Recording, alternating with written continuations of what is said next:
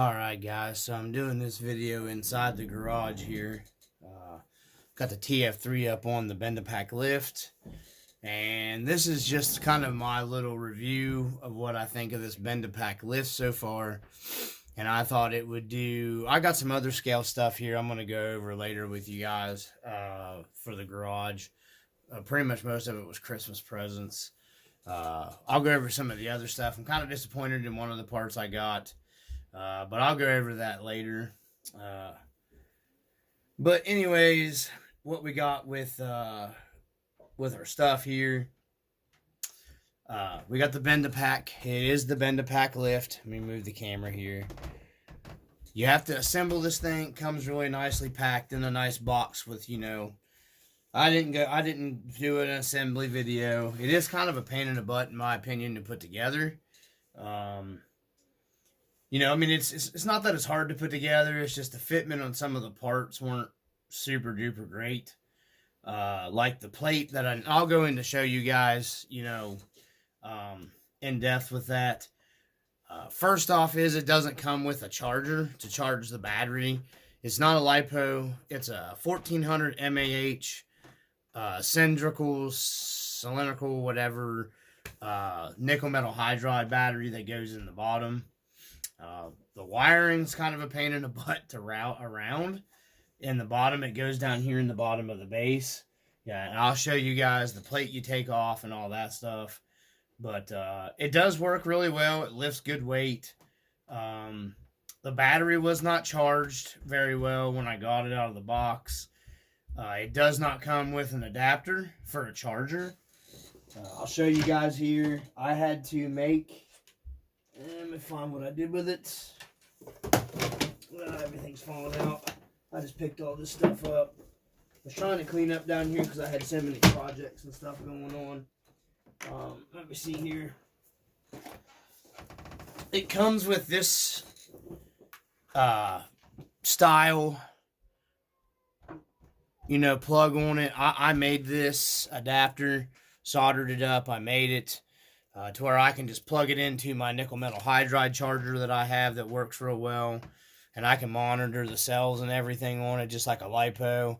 I had to solder that little connector up, you know, with the JST connector in the middle, because I can charge this a different, I'm going to make I can unplug this once I make a charger. I got the charger plug, but I can unplug this JST and get it unplugged here.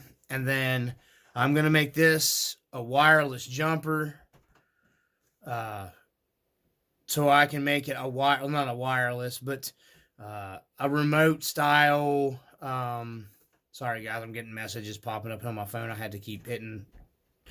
But anyways, gonna make like a corded remote to operate the lift, so I don't got to be in the camera.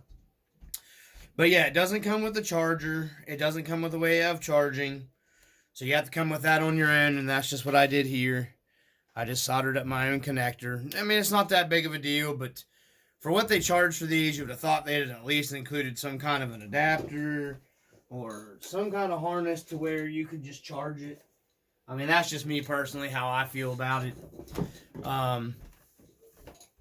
Mine had a short in the plug-in on the nickel metal hydride. The soldering wasn't very good, so I had to fix that. Like I said, the wiring doesn't impress me that much for the price of this lift, but the lift is made very well. It looks awesome. It's very heavy. It lifts real well because this TF3 is pretty heavy. I've got, you know, the brass SSD rings and all four wheels. So we'll go ahead and turn her on here. These ends are adjustable. You can see me moving the arm. You can telescope them in and out, just like a real one-to-one lift. Then you've got your up. And like I said, this is a heavy truck with a full battery. It lifts really well. And then you got your down. And then you've got a power button on the side to turn it on and off. But it does lift really well. I like it. I need to slide it out here just a little bit more. So it takes up a lot of room in the scale garage because my garage is pretty big. We'll pan over here. I got the 4Runner. I was planning on doing another wall, but I don't think I'm going to do that other wall over here just because to keep it open to make it easier to work in. But, you know, I've lost room. I used to be able to put like a bunch of trucks through here. This Bendapak lift is very large. I'm going to try to push it over here a little bit. I'll try to keep it over. You know, I can get some other scale accessories in between here, so that's why, you know, that's why I wanted to make this garage big enough. The lift definitely has ate up a lot of room, but it's nice to have, nice little scale feature if you guys are interested in it. It does work, like I said, really, really well. And then you can go up even higher with it. It's got stops at the bottom and stops at the top. I mean, it does raise pretty fast. There's it, hit the stops. We're all the way at the top. And I can almost get a truck underneath of this. I could get probably, we'll grab the rust bucket blazers over here on the other side of the garage. It would almost fit. You see, it doesn't raise it up high enough to get, you know, another truck completely underneath of it like that. Maybe another actual truck here. I don't know, to grab the Marlin. We'll see here. Dust and stuff everywhere because I've been working on the scale garage. Let's see. So yeah, you can get, you know, not an SUV, but you can get another truck under. So you got 2 trucks there. That's pretty cool. Not that that's a safe way to do it. I never in, you know, one-to-one world, but you can get, you know, I got a Marlin and the TF3 there, both with bigger tires on them. Put up in it, so you know I can get another truck under it. You don't got to worry about it falling and dropping even when you turn the power switch off on it. We'll go ahead and kill the power to it. That kills the power. That's the on and off switch. So I guess I can put 1 truck on the lift and 1 truck, you know underneath of it. So it's pretty cool. It is a nice lift. Just, you know, be aware. You guys get it. You know, I did have that little wiring issue. I was gonna contact RC4WD, but you know, I'm not gonna mess with it. I fixed it already. I soldered it up. I soldered, so not that big of a deal. So I'm gonna lower this back down here, and then I'm gonna move it a little closer to the camera and go over with you guys with what I mean.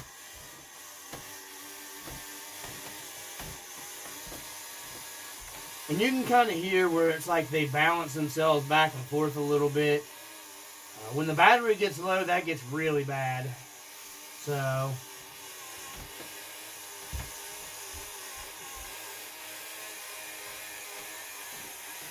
and the battery does seem to last quite a bit. So, there we go. Move our figure here. Grab our truck. And see, there is room to set a truck beside mine still, so let's go ahead and do this in one. We'll grab this a little closer here, and I'll try to do a little better. Let me move the camera around, so that way we're still staying in the garage here for the video. All right, so you got your little telescoping in and out, your arms for your lift. They pivot around, they move around. You know, it comes with your little faux box, electrical box. I don't know, some kind of little counterbalance up here. Let me move it up. I have no idea. It rotates around. You know, I don't know. Your battery goes down into here. Okay, your battery goes into here. And then you've got, let me focus down into here. You've got 4 screws in the middle, 1 on each end, 1 here, and then 1 here, and then this middle plate comes off, and all your wiring goes underneath that, and then this is raised up. Well, I mean, it would be raised up on a real one, but then that kind of your little tube around battery goes in there. Like I said, it's a pain in the butt because you got to either take this off or you can route your wiring under here. Okay, take your screws off here. This is another plate. So you can probably just take your plate off bottom here and then reach up and you can see the blue. That's your tube battery, and then you could charge it from there. Or run this here. I don't know if maybe they did this access to where you can run a charging wire and just leave it hang out. I have no idea why they did that. That might be why that's there. But either way, it's still kind of a pain in the butt to get in. I wish they'd have put like a little port on the side that you could just plug into to charge your battery. You know, not that, you know, the battery probably needs charged up that much, but, you know, I'm just saying in general, you know, it is kind of a pain in the butt. You've got your power button here, and you'll see the lights. These light up. And then that lets you know that you've got power to your, hold on, I turned it off. See, they light up. That lets you know you got power here for your up and down. I went ahead and stickered it up. You know, I'm going to put some other stickers on it too, I think. I'm going to go ahead and turn the power off to it. That is kind of nice where they got the power button. And this thing is made really well, guys. It's heavy. You know, it's real. I mean, it's very heavy duty. These move nice. There's a couple of them. This one, they're a little stiff, the powder coating on them. But they're really nice. Like I said, they all four telescope. These move. These pivot around. These move around too. You got complete adjustability. You can put whatever truck you wanted on here. You know, it'll fit the bigger trucks even. You know, my Blazer fits it. All the 4Runners, no problem. I'll grab the Cherokee because it's big. It fits it with no issues. There's the Cherokee. Okay. There's the Gen 8 Cherokee on here.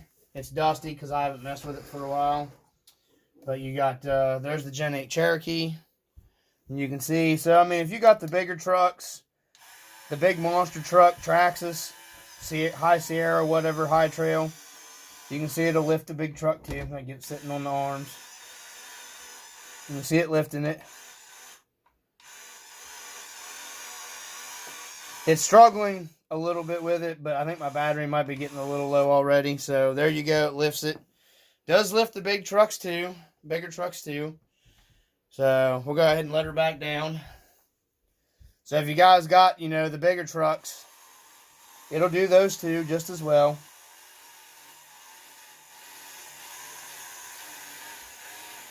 Yeah, I think the battery, I've been playing with this thing quite a bit, so I think the battery's starting to get low on it again.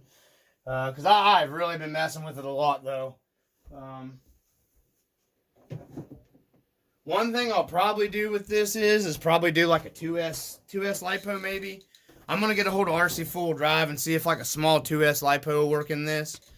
You know, give it a little more punch, a little more power. There's the RC4WD Blazer. So, alright.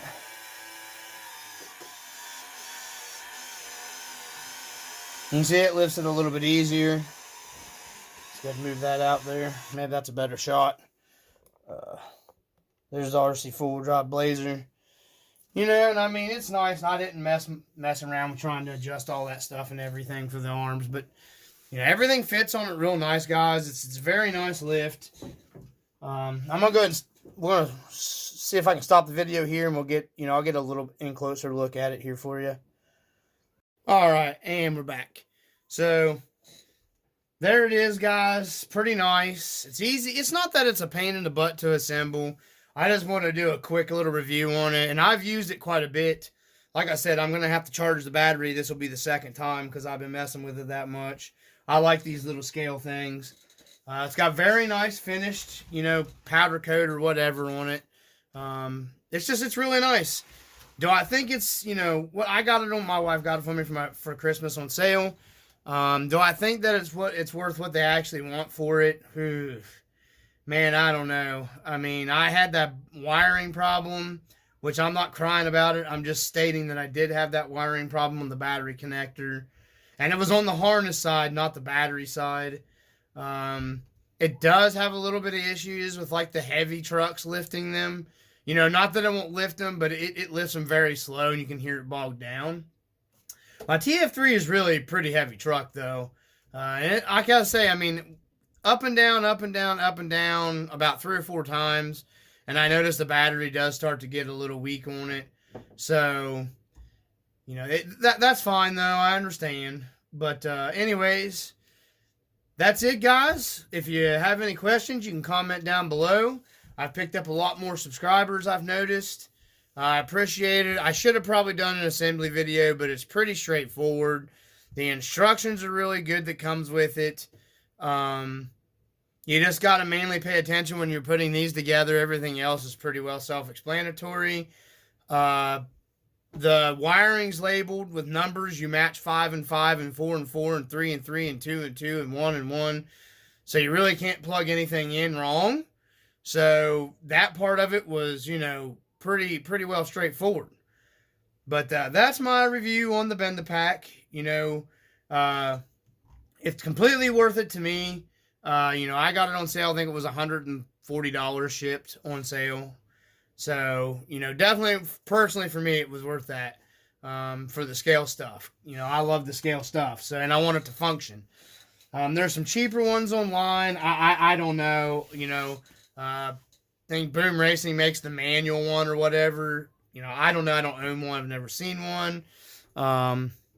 Not that there'd probably be anything wrong with that, but that's all I got for you guys. You know, I wouldn't mind adding one more of the cheaper lifts to the other side of my garage here, because I do got room. I could do another lift pretty easy in the corner.